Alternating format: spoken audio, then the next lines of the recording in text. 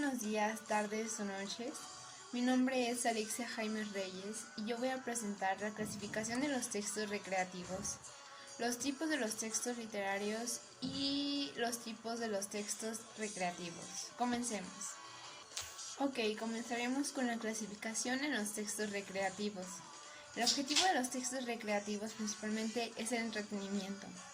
Utilizan la belleza en sus frases para producir emociones en el lector. Ok, los tipos de los textos recreativos son los literarios y los populares. Empezaremos con los literarios. Estos utilizan las funciones emotivas y poéticas para transmitir los sentimientos del autor. De esa manera producen un sentido estético. El tono, el estilo y la escritura representan materialmente la imagen. Ahora hablaremos sobre los textos populares. Surgen de la tradición oral, utilizan un lenguaje coloquial y entre los principales se encuentran los cuentos, chistes, refranes y adivinanzas. Ahora, los tipos de textos literarios son narrativa, poesía, dramática y cuento. La narrativa es cuando hablamos de un cuento breve, como una novela o una crónica, por ejemplo. Ahora hablaremos de la poesía. Es la más libre y compleja de las artes literarias. No hay ningún formato específico que la defina, excepto la idea de escribir un estado subjetivo del ser, sentimientos, perspectivas de la vida, reflexiones o incluso cierto grado de narración, pero sin personajes definidos, narradores ni trama, como por ejemplo la dramaturgia o también llamada dramática, está destinada a su representación en el teatro, el cine o la televisión. Comprende personajes y escenarios. Por ejemplo, el cuento es concebido y transmitido mediante la escritura. El autor en este caso suele ser conocido.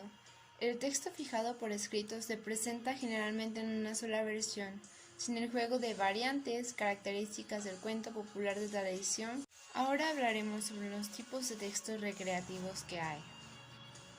Existen externas, que es prosa, verso y diálogo. También hay internas, que son género narrativo, género poético y género dramático. Los textos recreativos se dividen en chiste, refrán, canción, adivinanza e historieta. Ahora hablaremos sobre la canción. Son sonidos articulados de la voz como la expresión de sentimientos, anhelos, recuerdos y vivencias. Pensamientos, proyecciones es la unión de la poesía y de la música. La función lingüística de este es una función emotiva. Como por ejemplo, ahora hablaremos sobre la historieta.